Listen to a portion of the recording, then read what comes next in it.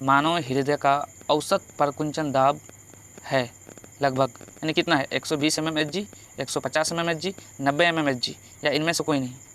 तो दोस्तों इसका जो राइट आंसर है आप कमेंट सेक्शन में लिखिए, लेकिन इसका राइट आंसर है ए, 120 mmHg। जी हाँ। चलिए दूसरा क्वेश्चन की तरफ। इनमें कौन प्रकाश संश्लेषी अंग है? अंगक नहीं, अंग, ध्यान रखिएगा, अंगक भी होता है और अंग भी होता है। तो देखिए इसका जो ऑप्शन है पत्ती, स्ट्रोमा, ग्राना, हरित लवक। तो दोस्तों इसका जो ए नंबर है ये ए ही राइट आंसर है। आइए, वाष्पोत्सर्जन कैसी प्रक्रिया है? वाष्पोत्सर्जन कैसी प्रक्रिया है? शारीरिक, भौतिक, रासायनिक, प्राकृतिक। तो दोस्तों बी यानी भौतिक। वाष्पोत्सर्जन कैसी प्रक्रिया है? भौतिक। अगला प्रश्न, शरीर में भोजन का पचना किस प्रकार की अभिक्रिया है? शरीर में भोजन का पचना किस प्रकार की अभिक्रिया है? अवकरण, ऑक्सीकरण, उदासीनीकरण, वैद्युत अपघटन। तो दोस्तों इसका जो राइट आंसर है यह है ऑक्सीकरण।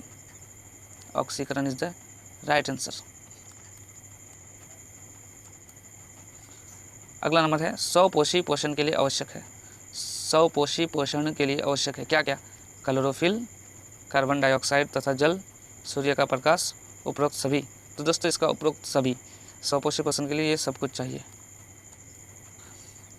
पाइरूवेट के विखंडन से यह कार्बन डाइऑक्साइड, जल तथा ऊर्जा देता है, और ये क्रिया होती है कहाँ होती है? कोशिका द्रव्य में, माइटोकॉन्ड्रिया में, हरित लवक में, केंद्रक में। कहाँ होती है बताइए? तो ये होती है माइटोकॉन्ड्रिया में। Mitochondria, B is the right answer. अगला क्वेश्चन है, जठर ग्रंथियाँ कहाँ पाई जाती है? जठर ग्रंथियाँ, जठर रस कहाँ छोड़ता है आप जानते हैं? अगर नहीं जानते हैं तो ये आपका अमाशय में होता है। तो आँख में नहीं, अग्न्याशय में नहीं, यकृत में नहीं, ये होता है अमाशय में। कहाँ होता है दोस्तों? अमाशय में। खुला परिसंचरण तंत्र किस में पाया जाता है? खुला परिसंचरण तंत्र किस में पाया जाता है? मनुष्य में, कॉकरोच में, घोड़ा में, ऊँट में। तो दोस्तों इसका राइट आंसर होगा कॉकरोच। कॉकरोच में खुला परिसंचरण तंत्र पाया जाता है। B is the right answer. अब है, पौधों में पाया जाने वाला गाढ़ा एवं दूधिया उत्सर्जित तरल पदार्थ को क्या कहते हैं?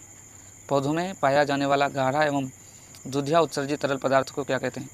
लेटेक्स, रेजिन, गोंद, टैनिन। तो दोस्तों इसका जो सही ऑप्शन है वो है ए, लेटेक्स। लेटेक्स। अभी यूरिया रक्त में कहाँ से प्रवेश करती है? यूरिया जो रक्त में इंटर करती है कहाँ से? फेफड़ा से, यकृत से, श्वास नलिका से, वृक्क से, किस से? तो आंसर सही होगा बी, यकृत से। जी हाँ, यकृत से ही यूरिया रक्त में यानी खून में प्रवेश करती है। अब है दोस्तों 41 नंबर, प्रकाश संश्लेषण होता है कब होता है? रात में, दिन में, या रात दिन, या सुबह शाम।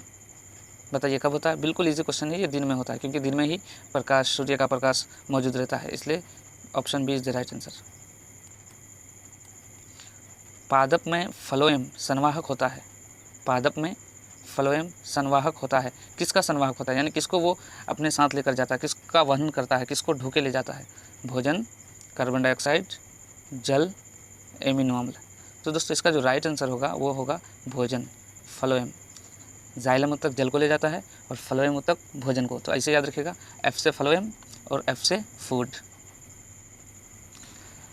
हाँ, प्रकाश संश्लेषण क्रिया में ऑक्सीजन बाहर निकलता है।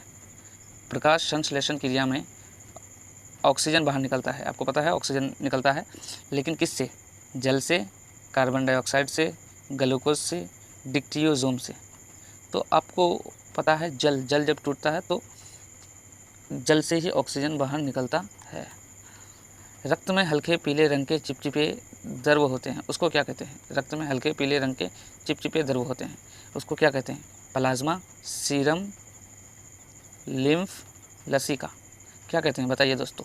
तो इसको बोलते हैं हम लोग plasma is the right answer, correct है। प्रकाश संश्लेषी अंगक, आपको बता चुके थे कि उस वक्त अंग था, अभी अंगक है। प्रकाश संश्लेषी अंगक कौन है? पत्ती, हरित लवक, क्लोरोफिल, क्लोरोप्लास्ट। बताइए दोस्तों। तो इसका सही आंसर है हरित लवक। हरित लवक को प्रकाश संश्लेषी अंग कहा जाता है। हाँ, विरिक के संरचनात्मक और क्रियात्मक इकाई को क्या कहते हैं? जो विरिक होता है, विरिक मतलब बताए थे किडनी होता है, विरिक मतलब किडनी, तो उसके जो संरचनात्मक और क्रियात्मक इकाई है उसको क्या कहते हैं? नेफ्रॉन, मूत्रवाहिनी, ग्लोमेरुलस, बोमेन संपुट। तो दोस्तों इसका जो सही आंसर होगा वो ए होगा, नेफ्रॉन। नेफ्रॉन को ही संरचनात्मक और क्रियात्मक इकाई कहते हैं। मनुष्य के शरीर की सबसे बड़ी ग्रंथि है कौन? लीवर, अग्न्याशय, अंडाशय, एड्रिनल। तो दोस्तों इसका जो आंसर हो जाएगा वो हो जाएगा लीवर, ए, 47 का ए। अब 100 पोषी पोषण के लिए आवश्यक नहीं है, यानी आवश्यक नहीं है, क्या आवश्यक नहीं है? 100 पोषी पोषण के लिए क्या आवश्यक नहीं है बताइए? ऑक्सीजन, क्लोरोफिल, सौर प्रकाश, जल। तो दोस्तों ऑक्सीजन यानी क्लोरोफिल भी लगता है 100 पोषी में, सौर प्रकाश भी लगता है, जल भी लगता है, ऑक्सीजन नहीं लगता है, इसलिए 48 का ए इज़ द सही answer, right answer, correct answer. अब लास्ट क्वेश्चन बचा है, इनमें किसके द्वारा अमीबा में भोजन अंतर्ग्रहण होता है? यानी अमीबा जो भोजन खाता है किसके द्वारा? कूटपाद, परिवहन, भोजन राजधानी, केंद्रक। तो दोस्तों इसका सही आंसर हो जाएगा कूटपाद। वो कूटपाद की सहायता से अपना भोजन करता है, इसलिए A is the right answer. तो दोस्तों आज ये पहला चैप्टर जो था जैविक प्रक्रम, उसका जो है आज ऑब्जेक्टिव खत्म हो गया। अब अगले चैप्टर का ले जाएंगे। वीडियो अच्छा लगे तो दोस्तों ज़रूर लाइक कीजिएगा। Thank you for watching, please subscribe the channel.